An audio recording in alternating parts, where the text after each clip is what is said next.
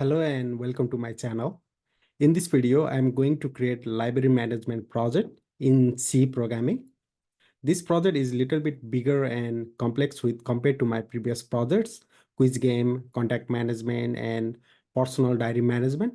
So if you are targeting higher grade in your assignment or a lab project, then this project is very good to follow. In this project, I have implemented admin mode and student mode. In both admin and student mode, there is security system. Admin user must provide username and password to login, and student must provide student ID to login. Also, I have implemented the method to read books and student data from CSV file and write data into CSV file. I'll also show you the technique to allocate memory to create dynamic array of structure, add new item in a dynamic array, and delete item from dynamic array. You will also learn technique to hide password on the screen. So instead of password, we will display a streak. In this video series, I'm not going to explain each and every line of source code. Otherwise, it will become very long and boring.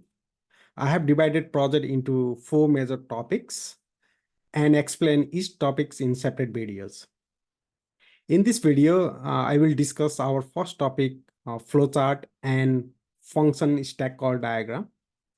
Before starting this video, please go to my blog and download the source code of the project. The blog and source code link is provided in video description. Let's start first part, flowchart and function stack call diagram. As the application is big, I have divided application into 3 major sections. The first one is main menu section. Here user can select application mode, whether student or admin mode, and user has to log in to get into the application. The second one is student menu section. Here the student can view all the books, search books, and view books issued to the user. And third one is admin menu section. Here admin user can do major tasks such as add or modify books, manage admin account, and issue books. Now let's discuss main menu flowchart. At the start of an application, it presents user menu to select application mode, either admin or student. If a user select student mode, it will request user to enter student ID only to log in. If student ID exists in the system, then student mode will start. If user select admin mode, the application check if it is running for the first time. If it is running for the first time, then application request user to create very first admin account. And from the second run, application will take user to admin login screen. And here user has to provide username and password to start admin menu process. Now from the flowchart, you can see there isn't any overlap between two modes. If any one mode is started, then user can't go back to start another mode. Let's move to admin menu flowchart. In admin mode, application starts with the admin menu. Here, admin user will find 5 options, and with the option A, admin user can view, modify, add, or delete admin accounts. With option B, admin user can view, add, or modify, or delete book details. And with option C, admin user can issue or return books. And with option D, admin user can search books available in the system.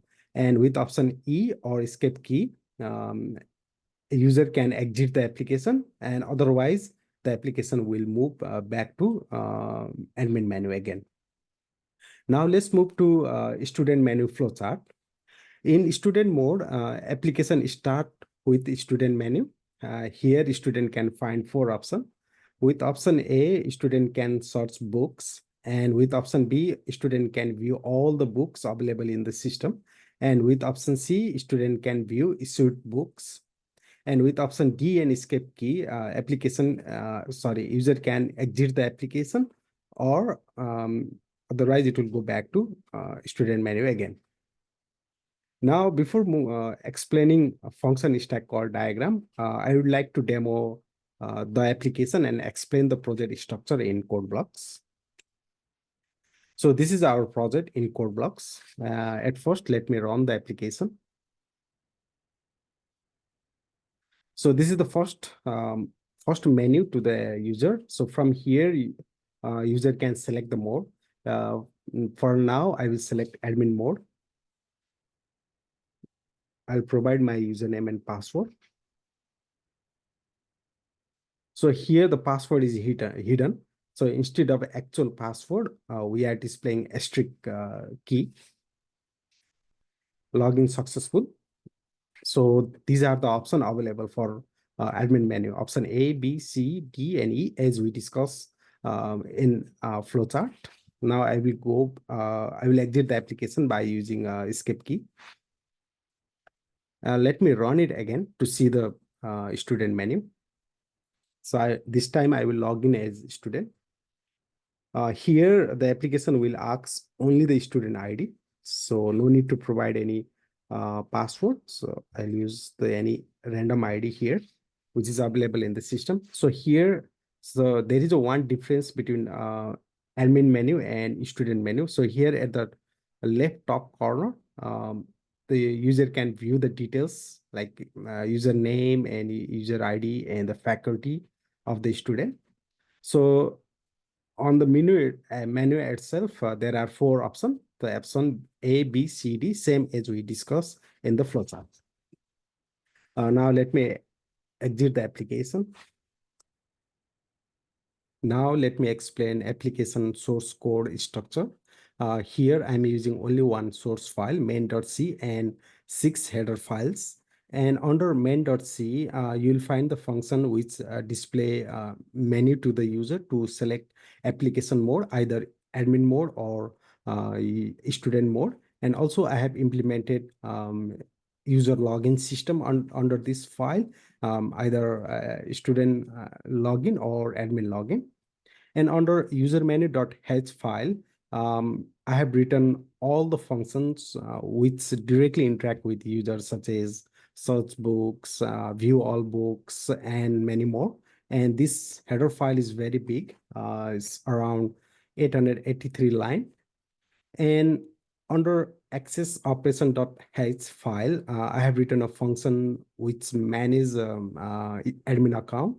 And under issue return operation header file, I have written a function to manage books issued to the user.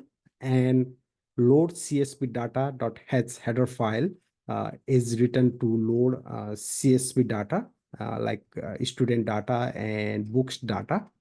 And under utility.h header file, I have declared all constant variable and all required structure variables. And I have written other utility functions such as get string, get password, like and convert string to integer, and convert integer to string.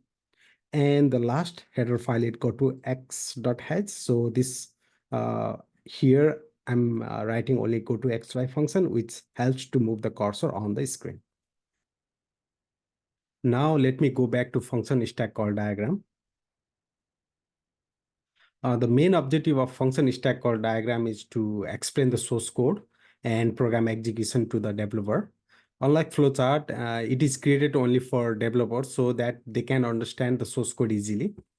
With the help of this diagram, developer can understand the relationship between functions and the sequence of function call. In future, developer can jump straight to required function to modify existing features or debug the source code in case of any issues. Also, developer can ensure the proper function execution, which is essential for the stability and performance of the software. Let me discuss the diagram, and this might look small on the video. So let me open my copy. At first, the application will start with main function and it calls main menu function. Here, user will get option to select application mode, either admin or student. Let's say user selected admin mode, then next function call is admin access function. From admin access function, application move to check first login function to check whether application is running for the first time. If it is running for the first time, then it will call create account function which request user to create the very first admin account. And from second run, it will call admin login function. The admin login function requests user to provide username and password. If provided username password exist in the system, then it will call admin menu function. Similarly, if user select student mode, the application will call student access function, and it will request user to enter student ID via find student ID function. And if student ID exists in the system, then it will call the student menu function. As per the diagram, you can see four function: check first login, create account, admin login, and find student ID are related to application security. If you want to make changes in security system, then you have to modify these function. Now let's discuss the admin menu function. This function is the beginning of admin menu process. As we discuss in admin menu flowchart, admin user gets four major options. The first option is to manage admin account, and this is handled by this branch. If you just select option to manage admin account, then the admin menu function is called, and from admin menu function, user can view account with the help of this function, or add account, update account, or delete admin account. And similarly, if user select option to issue or return books, then it is handled by this branch. First, it will call issue return menu function, and from here, user can view issued books, all data user can view, and also issue book to the student or return book from the student. And also, if user select option to view or modify books data, then it is handled by this branch. And at first, the application will call a book menu function, and from book menu function, user can view all the books available in the system, or add books in the system, or update book in the system, or delete book from the system. And the last option is user can search books available in the system, and which is done with the help of search book function. And similarly, in student menu function, student will get three options. The first option is to view issued books to that student, which is handled by view my books function. And third option is user can search books which is available in the system. And the last option is a student can view all the books available in the system with the help of view all books function.